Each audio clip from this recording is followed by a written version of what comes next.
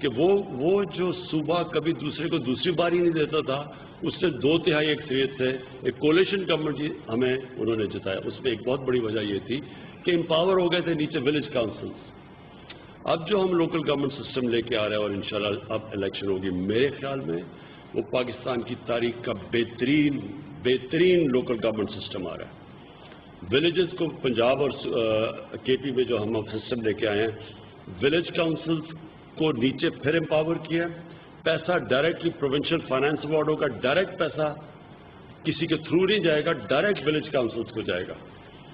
اس کے بعد جو ہم دوسری چیز لے کے آ رہے ہیں اور جو بہت امپورٹنٹ ہے خاص طور پہ ہمارے شہروں کے لیے، وہ ہے ہمارا جو پھر اس کے بعد جو ہم نے تحصیل کاؤنسلز کے اوپر ڈائریکٹ الیکشنز کروائے ہیں.